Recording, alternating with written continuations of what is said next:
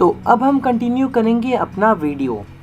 तो अभी तक हमने देखा कि प्रिंटिंग की शुरुआत चाइना से हुई, फिर वो जापान में पहुंची और फिर पूरे यूरोप में ये प्रिंटिंग फैल गई थी। तो अब हम देखेंगे कि इंडिया में ये प्रिंटिंग कैसे आई। तो हमारा टॉपिक हो जाएगा India and the world of print. बात करें इंडिया की, तो इंडिया में प्रिंटिंग के आने से पहले जो भी इंफॉर्मेशन होती थी उसे मैन्युस्क्रिप्ट पे लिखा जाता था। मैन्युस्क्रिप्ट यानी हाथों से लिखी गई किताबें, जिससे उस टाइम पे संस्कृत, अरेबिक और पर्शियन जैसे लैंग्वेज में लिखा जाता था। इन मैन्युस्क्रिप्ट को पेपर पे नहीं लिखा जाता था, क्योंकि उस समय में पेपर इंडिया में आया ही नहीं था। तो आपके मन में क्वेश्चन आएगा कि पेपर पे नहीं तो फिर किस चीज़ पे लिखा जाता था। तो इन मैन्युस्क्रिप्ट को पाम लीव्स, जो कि एक पत्ती है, उस पे लिखा जाता था। आपको ये वीडियो दिख रही होगी, ऐसे इस पे लिखा जाता था, ऐसे इस पत्तियों पे मैन्युस्क्रिप्ट लिखी जाती थी। इन मैन्युस्क्रिप्ट के कुछ प्रॉब्लम्स भी थे। पहला तो ये कि ये मैन्युस्क्रिप्ट बहुत ही ज़्यादा एक्सपेंसिव रहती थी, क्योंकि इसे बनाने में बहुत ज़्यादा टाइम लगता था। दूसरा ये कि ये फ्रेजाइल रहती थी, यानी बहुत ज़्यादा नाजुक रहती थी, तो ये जल्दी से फट भी सकती थी, जिस वजह से इसे दूर तक कैरी भी नहीं किया जा सकता था। तो अब हम देखेंगे कि इंडिया में ये प्रिंटिंग कैसे आई। तो इसे हम एक कहानी की तरह समझेंगे। पोर्तुगीज़ मिशनरीज़, यानी जो पोर्तुगीज़ लोग हैं, वो एक बार गोवा घूमने आए थे। तो उन्होंने देखा कि यहाँ पर तो प्रिंटिंग होती ही नहीं है। तो उन्होंने सोचा कि यहाँ पर हम प्रिंटिंग प्रेस सेटअप कर सकते हैं। तो उन्होंने गोवा में प्रिंटिंग प्रेस को डेवलप किया। तो आपको याद रखना है कि पहली प्रिंटिंग प्रेस इंडिया में कहाँ आई थी? गोवा में। और कब आई थी? टाइम याद रखना, मिड 16th सेंचुरी में। किसने लाया था? पोर्तुगीज़ ने। ठीक है। अब ये प्रिंटिंग आने के बाद 1674 तक 50 बुक प्रिंट हो चुके थे कोंकणी और कन्नाड़ा लैंग्वेज में। फिर थोड़े टाइम बाद जो कैथोलिक प्रीस्ट हैं, यानी कि जो पोर्तुगीज़ लोग थे वही कैथोलिक थे, तो उन्होंने पहली तमिल और पहली मलयालम बुक भी पब्लिश कर दी। तो ये कुछ ऐसे डिटेल्स हैं जो 1 मार्क्स में पूछे जा सकते हैं, इसलिए इसे रट लो पूरा। तो अब हम एक इम्पॉर्टेंट बात करने जा रहे हैं, जो कि आपके एग्ज़ाम में क्वेश्चन बन के आ सकता है। जेम्स ऑगस्टस हिक्की, नाम याद रखना, जेम्स ऑगस्टस हिक्की। तो इन्होंने इंडिया में पहली बार कोई चीज़ इंग्लिश में लाई थी। तो उन्होंने क्या लाया था? एक वीकली मैगज़ीन लाई थी, यानी हर हफ्ते एक मैगज़ीन निकलेगी, ऐसी उन्होंने एक मैगज़ीन लाई थी, जिसका नाम उन्होंने क्या रखा था? The Bengal Gazette. तो देखो, इसमें वो इंग्लिश में प्रिंट किया करते थे, इंग्लिश में जो भी चीज़ रहती थी वो प्रिंट किया करते थे। तो ये आपके एग्ज़ाम में पूछा जा सकता है कि इंग्लिश में मैगज़ीन पहले किसने लाई। तो इन्होंने मैगज़ीन को एडिट करने का पूरा काम किया था। अब देखो, इसके पीछे बहुत बड़ी कहानी भी है, लेकिन वो कहानी आपको ज़िंदगी में कभी एग्ज़ाम में पूछी नहीं जाएगी। तो मैं आपका फोकट में वो कहानी पे टाइम वेस्ट नहीं करने वाला हूँ। जो इम्पॉर्टेंट कितना है, जो मैंने अभी आपको बताया, तो इस पे क्वेश्चन बन सकता है, तो इतना याद रखना। अब 18th सेंचुरी के एंड तक इंडियन न्यूज़पेपर भी प्रिंट होने लगे थे, और जो पहला इंडियन न्यूज़पेपर प्रिंट हुआ था वो किया था गंगाधर भट्टाचार्य जी ने, और उस न्यूज़पेपर का नाम था दी बंगाल गैजेट। अब आपको ये सेम टू सेम नाम लगेगा जो अभी हमने पहले पढ़ा था, जेम्स ऑगस्टस हिक्की ने जो प्रिंट किया था। तो आपको इतना याद रखना है कि दोनों ने सेम नाम की चीज़ें प्रिंट की थी, लेकिन अगर आपको इंडियन न्यूज़पेपर के बारे में पूछा जाए तब आपको इनका नाम लिखना है, गंगाधर भट्टाचार्य जी का। और अगर जेम्स ऑगस्टस हिक्की का पूछा जाए तो क्या करना है आपको? जो उन्होंने लिखा था वो। अब देखो, मैं पहले ही बता दूं, आपको एग्ज़ाम में हिक्की के बारे में पूछा जाएगा। इनके बारे में आज तक कभी पूछा नहीं गया एग्ज़ाम में, तो आप हिक्की का करके जाना। तो अब आगे चल के इंडिया में एक नई कहानी शुरू हो गई थी, जिसे हम एक टॉपिक है religious reforms and public debates इसमें पढ़ेंगे। तो शुरू करते हैं, कहानी की तरह पढ़ेंगे, बहुत मज़ा आएगा। तो क्या हुआ था कि अर्ली 19th सेंचुरी यानी कि 19th सेंचुरी के आते आते बहुत सारा झगड़ा या फिर बोल सकते हो बहुत सारा डिबेट होने लगा था लोगों के बीच में। अब ये डिबेट क्यों हो रहा था? क्योंकि देखो, प्रिंटिंग की वजह से अब बहुत से लोगों के पास इंफॉर्मेशन पहुंच रही थी। इंफॉर्मेशन पहुंचने की वजह से अब बहुत से लोग समझदार होने लगे थे, जिसकी वजह से ज़्यादा लोग अब बातचीत करने लगे थे। अब देखो, जो गलत इशू है सोसाइटी में, जो गलत चीज़ें चल रही हैं, उनको अपोज करने लगे लोग, क्योंकि अब समझदारी आ गई तो अपोज करना शुरू कर दिए। तो देखो, हिंदुइज़्म में यानी हिंदू की सोसाइटी में पहले क्या होता था कि एक विडो इमोल्यूशन नाम की प्रथा चलती थी, जिसमें कि एक पत्नी का अगर पति मर जाएगा तो उस पत्नी को भी उस पति के साथ मार दिया जाएगा, ऐसा होता था। तो इस चीज़ को अपोज करने लगे बहुत लोग, और राजा राम मोहन रॉय जो हैं, उन्होंने इसके अगेंस्ट में एक बुक लिखी जिसका नाम था संबड़ कमोडी, और उसे लिखा था 1821 में। ठीक है, अब देखो, उन्होंने बुक लिख दी। अब जो हिंदू के लोग हैं वो भी चुप थोड़ी ना बैठेंगे, कुछ लोग, सब लोग नहीं, कुछ लोग।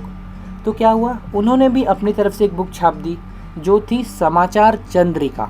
उन्होंने एक बुक छापी समाचार चंद्रिका, किन्होंने छापी थी? हिंदू ऑर्थोडॉक्स ने। क्यों? क्योंकि उनके ओपिनियन को उन्हें अपोज करना था, यानी कि जो राजा राम मोहन रॉय ने बुक छापी है उसके अगेंस्ट में उन्होंने एक बुक छापी। तो अब प्रिंटिंग के आने से सोसाइटी में लोग जो हैं गलत चीज़ों के ऊपर आवाज़ उठाने लगे थे। अब ऐसे ही अलग अलग लोग अलग अलग न्यूज़पेपर, मैगज़ीन सब छापने लगे थे। जैसे कि पर्शियन न्यूज़पेपर छपा था 1822 में, जम ए जहान नमा और शमशुद अकबर नाम का। उसके बाद गुजराती न्यूज़पेपर भी छपा था उसी साल में, जो था बॉम्बे समाचार। अब आगे चल के मुस्लिम लोगों के लिए भी बुक छापी गई थी। उस बुक का नाम था दियोबंद सेमिनरी, और उस बुक में ये बताया जाता था कि मुस्लिम लोगों को कैसे रहना है, कैसे सोसाइटी में उनको रहना है, क्या काम करने हैं, खुद को कंडक्ट करके कैसे रखना है, ये बताया जाता था उस न्यूज़पेपर में। उसके बाद आगे चल के जो रामचरितमानस है, जो तुलसीदास जी ने लिखा था बहुत पहले, उसको प्रिंट करना चालू कर दिया। यानी कि जो एक बुक थी अब उसको प्रिंट करने लगे और बहुत सारे लोगों तक पहुंचाने लगे थे। और ये सब उन्होंने कब किया था, याद रखना, 1810 में, कलकत्ता में। अब ये जो सारी चीज़ें लिखी जा रही थी, इसे ज़्यादा से ज़्यादा लोगों तक पहुंचाने के लिए बहुत सारे प्रेस खुलने लगे थे। जैसे कि 1880s में नवल किशोर प्रेस खुला था, जो कि लखनऊ में खुला था, और उसी टाइम पे श्री वेंकटेश्वर प्रेस खुला था, जो कि बॉम्बे में खुला था। तो इन लोगों ने जो रिलीजियस टेक्स्ट हैं, यानी ये सब जो टेक्स्ट लिखे गए हैं, उसे ज़्यादा से ज़्यादा अमाउंट में छापना चालू कर दिया था, वो भी वर्नाकुलर लैंग्वेजेस में, यानी कि जो भी लोकल लैंग्वेज होता है हिंदी इंग्लिश को छोड़ के, उस सब में लिखना चालू कर दिया था, ताकि ज़्यादा से ज़्यादा लोगों तक ये सब पहुँचे। अब ये सब जो थियरी मैंने आपको बताई, इसमें से जो भी इम्पॉर्टेंट चीज़ है जो आपके एग्ज़ाम में पूछी जा सकती है, वो मैं आपको ये स्लाइड में शो कर दे रहा हूँ। इसका आप स्क्रीनशॉट ले लो और इसे पूरा रट लो, इसमें से क्वेश्चन आपका एक ना एक तो आएगा ही। अब जब हम इतना आगे बढ़ ही रहे थे धीरे धीरे, तो अब जो फ़ोटो, जो पेंटिंग है, वो भी प्रिंट की जाने लगी थी। तो एक फेमस पेंटर है राजा रवि वर्मा, उन्होंने एक पेंटिंग बनाई है, तो आपके सामने दिख रही होगी, उन्होंने ये पेंटिंग को बनाया था। अब आपके एग्ज़ाम में ये क्वेश्चन पूछा गया है, जो सैम्पल पेपर है इस बार का, ये पेंटिंग किसने बनाई है?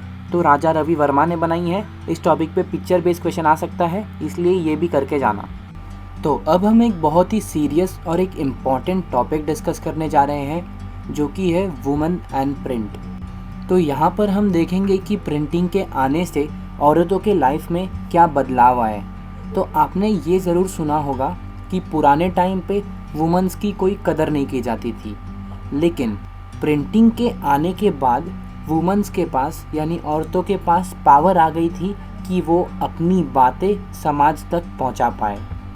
और उस टाइम पे औरतों को पढ़ने लिखने भी नहीं दिया जाता था, जिस वजह से बहुत सी औरतों ने छुप छुप कर पढ़ना लिखना शुरू किया।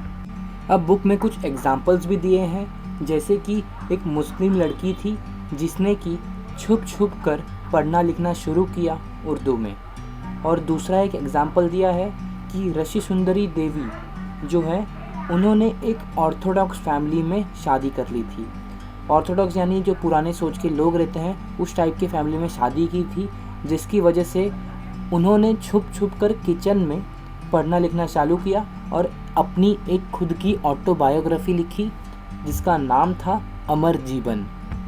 अब ये जो अमर जीवन ऑटोबायोग्राफी है वो पहली ऐसी ऑटोबायोग्राफी थी जो वुमन लिखी थी, वो भी बंगाली लैंग्वेज में। तो आपके एग्ज़ाम में ये क्वेश्चन पूछा जा सकता है, तो इस चीज़ को समझ लेना। इनके जैसी ही एक और औरत थी जिनका नाम था कैलाश बासिनी देवी। उन्होंने भी वुमेन्स के अगेंस्ट में हो रहे अत्याचार के ऊपर बुक लिखी थी। जैसे कि उन्होंने लिखा था उसमें कि वुमन को कैसे रखा जाता है घर में एक जेल की तरह, उनके ऊपर बहुत प्रेशर डाला जाता है, उनसे बहुत ज़्यादा काम करवाया जाता है। तो ये सब चीज़ के ऊपर उन्होंने एक बुक लिखी थी। अब एक इम्पॉर्टेंट चीज़ भी इस टॉपिक में है कि राम चड्ढा नाम का एक इंसान था जिसने स्त्री धर्म विचार नाम की एक बुक लिखी थी। तो याद रखना, राम चड्ढा ने स्त्री धर्म विचार नाम की बुक लिखी थी। अब उसमें उसने लिखा था कि वुमन को अगर एक आइडल वाइफ बनना है यानी अच्छी पत्नी बनना है तो उन्हें क्या क्या करना चाहिए, तो उन्होंने एक ऐसी बुक बनाई थी। अब देखते हैं कि प्रिंटिंग के आने से जो गरीब लोग थे उनका क्या हाल था। तो गरीब लोग का भी थोड़ा सा मज़ा हो गया था, क्योंकि प्रिंटिंग के आने की वजह से अब सस्ती सस्ती किताबें भी छपने लगी थी जो कि 1 पैसा 2 पैसा की रहती थी, जो कि गरीब लोग खरीद सकते थे। साथ ही साथ लाइब्रेरीज़ भी खुलने लगी थी लोगों के लिए, जहाँ पर सब जाके बुक पढ़ सकते थे। तो अब इस टॉपिक से आपके एग्ज़ाम में जो क्वेश्चन बन सकता है उसके ऊपर चलते हैं। तो आपको 3 जन का नाम याद रखना है, इन सब में से ही कोई एक का पूछा जाएगा। पहला तो है ज्योतिबा फुले, जिन्होंने गुलामगिरी नाम की किताब लिखी थी। तो इनका नाम और जो इन्होंने लिखा था याद रखना। किसके अगेंस्ट में? कास्ट डिस्क्रिमिनेशन के ऊपर, ठीक है। उसके बाद काशी बाबा, काशी बाबा ने छोटे और बड़े का सवाल नाम की बुक लिखी थी, ये भी कास्ट डिस्क्रिमिनेशन के ऊपर थी।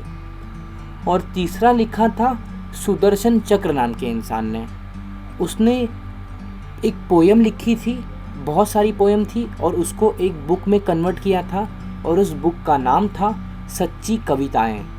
तो ये तीनों में से किसी का भी नाम आपके एग्ज़ाम में पूछा जा सकता है, तो तीनों को करके जाना। अब एक लास्ट छोटी सी कहानी बची है जो कि है प्रिंट एंड सेंसरशिप। तो शुरू करते हैं। तो पहले क्या हुआ करता था कि कोई भी ऐसा रूल नहीं था, आप चाहो तो कुछ भी छाप सकते थे। लेकिन जो ब्रिटिश लोग थे जो इंडिया में कब्ज़ा किए थे, जब लोगों ने उनके अगेंस्ट में लिखना चालू किया तब उनको थोड़ा सा डर लगने लगा कि ऐसा ही चलता रहा तो फिर हम लोग को भगा दिया जाएगा इधर से। इसलिए उन लोग ने सेंसरशिप लगाना चालू किया, यानी कि रोकना चालू किया। अब उन्होंने क्या किया, कैसे किया, वही हम इस टॉपिक में पढ़ेंगे। तो शुरुआत ऐसे होती है कि जो ब्रिटिश लोग हैं उनके अगेंस्ट में इंग्लिश में बहुत लोग लिखने लगते हैं। अब ये सब देखते हुए जो ब्रिटिश लोग हैं वो थोड़ा डर जाते हैं। इसलिए 1820 में कलकत्ता सुप्रीम कोर्ट में उन लोग एक लॉ पास करते हैं जिसमें कि उन लोग ऐसा बोलते हैं कि हम अब प्रेस को पूरा फ्रीडम नहीं देंगे कि वो कुछ भी प्रिंट कर सके। लेकिन आगे चल के कुछ सालों बाद 1835 में बहुत लोगों को ऐसा लगने लगा था, जो एडिटर्स थे, जो राइटर्स थे, उनको ऐसा लगने लगा था कि हमको फ्रीडम नहीं मिल रही है, उसकी वजह से हम अच्छे से कोई भी चीज़ को प्रिंट नहीं कर पा रहे हैं। तो उस टाइम के जो गवर्नमेंट जनरल थे बेंटिक, उनको जाके सब लोग ने बोला कि हमको फ्रीडम चाहिए पहले की तरह, ताकि हम अच्छे से कोई चीज़ को प्रिंट कर पाएँ। तब जो उस टाइम के गवर्नमेंट जनरल थे उन्होंने बोला ठीक है, दे दिया वापस फ्रीडम। तो पहले का जो फ्रीडम था कि कोई कुछ भी प्रिंट कर सकता है, उसको वापस रिस्टोर कर लिया गया था। तब किया गया था 1835 में। अब देखो क्या हुआ, इसके आगे बहुत बड़ा सा कांड हुआ था कि इन लोग ने जब वापस इनको फ्रीडम दे दी तब क्या करने लगे, अब बहुत सारे लोग ब्रिटिशर्स के अगेंस्ट में कुछ भी छापने लग गए थे। न्यूज़पेपर इंग्लिश में, हिंदी में, बहुत सारे वर्नाकुलर लैंग्वेजेस में यानी अलग अलग लैंग्वेजेस में ब्रिटिशर्स के अगेंस्ट में छापने लग गए थे, जिसकी वजह से 1857 में एक बहुत बड़ी सी लड़ाई हो गई थी, रिवॉल्ट हो गई थी। अब इन लोग ने फ्रीडम दे के बहुत बड़ी गलती कर दी थी। अब ब्रिटिशर्स को समझ गया था कि इन्हें कभी फ्रीडम नहीं देनी है, नहीं तो फिर हमको ही ले डूबेंगे ये लोग। तो उन लोग ने स्ट्रिक्ट सेंसरशिप लगा दी वापस। अब उन्होंने एक एक्ट भी पास किया था, वर्नाकुलर प्रेस एक्ट। इसमें उन लोग ने बताया था कि अब चाहे कोई भी लैंग्वेज हो, चाहे कोई लोकल लैंग्वेज हो, चाहे इंग्लिश लैंग्वेज हो, अब सबको बहुत ज़्यादा चेक किया जाएगा कौन क्या प्रिंट कर रहा है, और उनके अगेंस्ट में कोई कर रहा है नहीं कर रहा है वो सब चीज़ चेक किया जाएगा। और इस एक्ट को 1878 में लाया गया था। और इसके अंदर ऐसा होता था कि अगर कोई ब्रिटिश के अगेंस्ट में कुछ भी लिखता था तो पहले उससे 1-2 बार वार्निंग दी जाती थी, और अगर वो नहीं सुधरता था तो उसकी जो भी प्रिंटिंग प्रेस है, जो भी वो प्रिंट करता है, उसको सब सीज कर लिया जाएगा, और जो ये प्रिंट कर रहा है उसे जेल में डाल दिया जाएगा। और जो भी बुक या फिर किताबें ब्रिटिश के फेवर में लिखी जाती थी, वो ब्रिटिश लोग उसको ज़्यादा से ज़्यादा सपोर्ट करते थे, उसको ज़्यादा से ज़्यादा बढ़ावा देते थे, आगे पहुंचाते थे।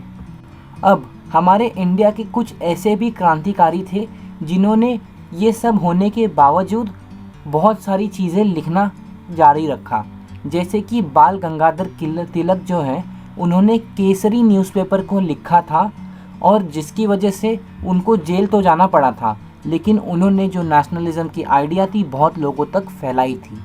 तो इसी के साथ वीडियो ख़त्म होता है, और आप में से बहुत से लोगों ने चैनल को सब्सक्राइब नहीं किया है तो कर लो, क्योंकि ये सब वीडियो बनाने में बहुत ज़्यादा मेहनत और बहुत ज़्यादा टाइम लगता है।